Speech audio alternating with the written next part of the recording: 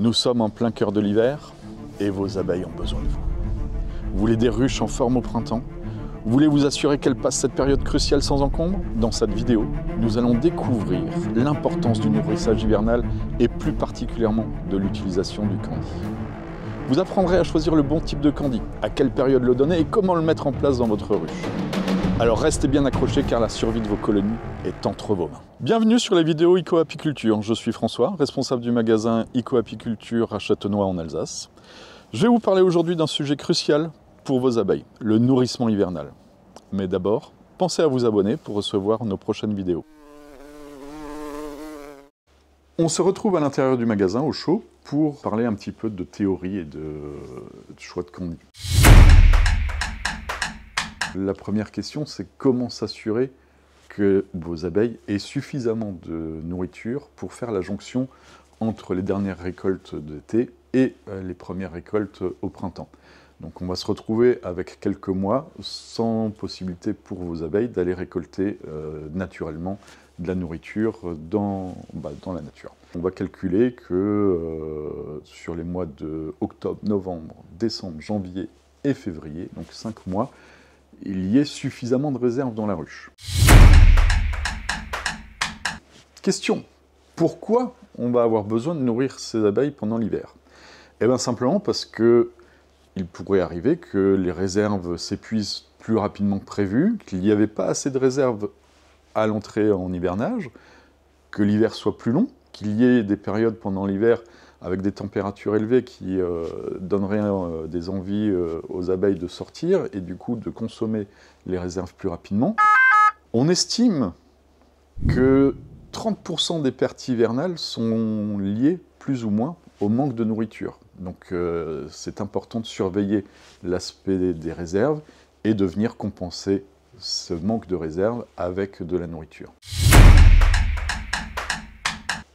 Mais comment savoir combien de nourriture et combien de réserves nos abeilles vont avoir besoin? Eh bien c'est tout simple, il suffit de calculer. Sur les mois d'hiver, en moyenne, on estime qu'une ruche va consommer entre 2 et 2,5 kg de nourriture par mois. Cela va augmenter un petit peu au mois de mars, entre 3 et 4 kg, ce qui fait que si on calcule bien, votre ruche a besoin d'une quinzaine de kilos, entre 15 et 20 kg à la fin de l'automne, pour pouvoir être sûr d'avoir suffisamment de réserves pour passer l'hiver. À l'automne, vous allez compter le nombre de kilos de sirop ou de nourriture que vous allez apporter, parce qu'il n'y a pas que du sirop. En ouvrant la ruche à la fin de l'automne, juste avant les premiers froids, on va compter le nombre de cadres de nourriture qu'il reste dans votre ruche. Un cadre de nourriture, c'est généralement 2-3 kg de réserve. Et puis, bien entendu, on peut utiliser des balances, qu'elles soient connectées, ou alors des pesons, ou alors la bonne vieille méthode de sous-peser sa ruche, ce qui vous permet de vous positionner, de donner un peu le poids de la ruche. Alors, quels produits on utilise pour nourrir ces abeilles? En règle générale, on va utiliser, l'idéal ce serait du miel, mais le miel généralement on préfère le mettre en pot. Donc on va plutôt utiliser du sirop, et ce sirop on va le donner alors plutôt au printemps, en été ou en hiver, ou à l'automne, pardon. En hiver, les abeilles ne prennent pas le sirop. Pourquoi éviter de donner du sirop en plein hiver? Eh bien c'est tout simple, dès que les températures vont passer en dessous de 15 degrés, les abeilles ne vont plus prendre le sirop. Donc le sirop restera dans le nourrisseur et les abeilles vont mourir de faim alors qu'elles avaient de quoi se nourrir. Aussi, une autre problématique, c'est que le sirop, pour qu'il soit assimilé par les abeilles, doit être travaillé avant leur absorption. Et ça va leur demander un travail supplémentaire, chose qu'elles n'ont pas forcément besoin, la possibilité de le faire en plein hiver. Elles se concentrent plutôt à conserver la chaleur dans la ruche. Donc on va venir utiliser du candy. Alors le candy, c'est un aliment solide, c'est du sucre qui est composé à 80% de sucre, de saccharose. On va avoir seulement entre 10 et 15% d'eau et puis entre 5 et 10% de glucose. On en a sous plusieurs formes, hein. Je prends celui-ci par exemple, qui est du Sudbee. On a différentes marques. La consommation du candy a un avantage, c'est que l'assimilation est directe. Les abeilles peuvent se nourrir directement, il n'y a pas besoin de la transformer. L'autre avantage du candy, c'est qu'il va avoir un effet de baisser le taux d'humidité dans la ruche. Et une humidité faible dans la ruche, c'est important pour éviter le développement des moisissures et maintenir une ruche en bon état et en bonne santé. Le candy n'est pas stocké dans les cadres. Pourquoi? Parce qu'elles vont le consommer directement. Et voilà, on se retrouve devant les ruches pour la démonstration de la pose du candy sur les ruches.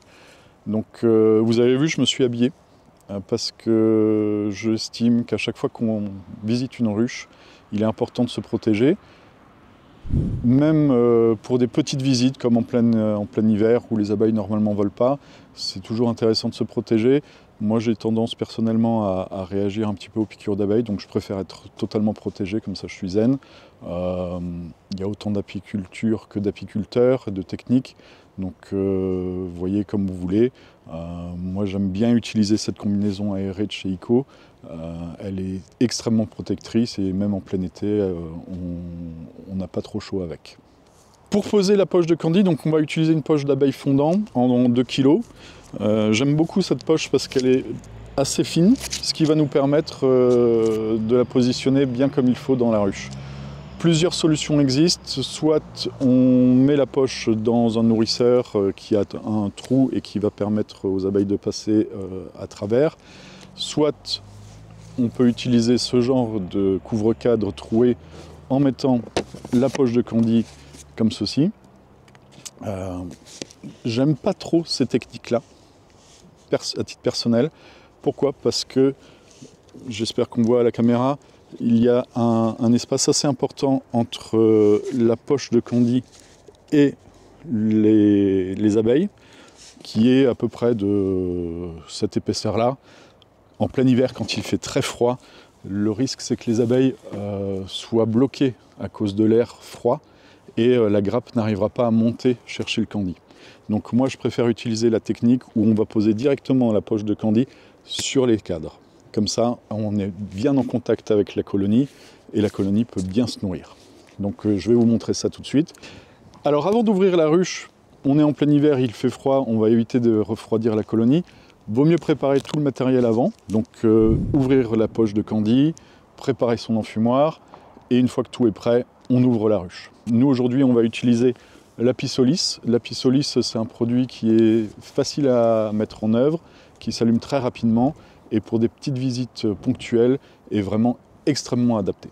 Alors dans la situation où on va mettre la poche de candy directement sur les cadres, moi j'aime bien réaliser une grande entaille dans la poche de candy, donc une grande entaille de ce type-là.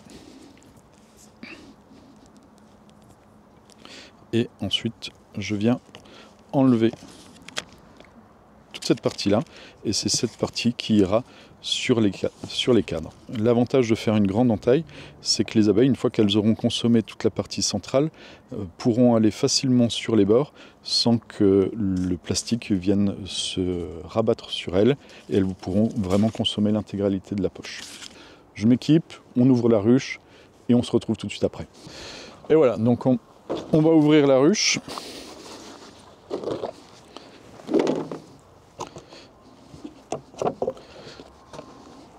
Donc le nourrisseur, comme je disais tout à l'heure, on peut soit mettre la poche de candy et faire ouvrir le petit trou qui est ici, de manière à ce que les abeilles passent par là pour aller se nourrir. C'est pas ce qu'on va faire aujourd'hui.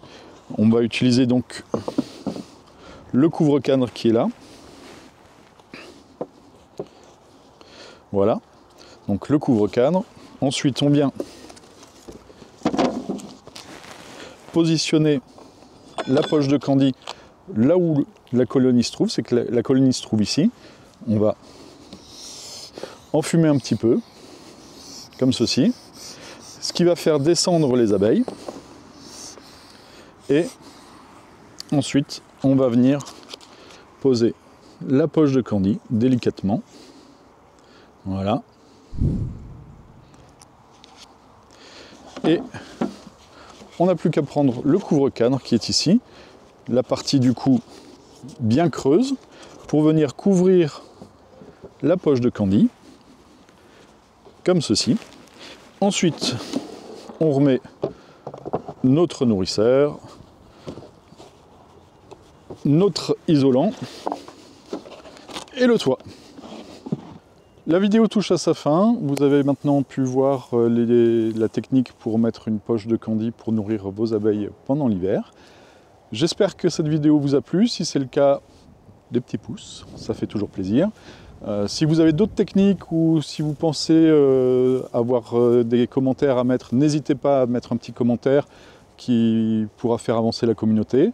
Et on se retrouve très bientôt pour la prochaine vidéo sur le candy super protéiné qui sera aussi très intéressant.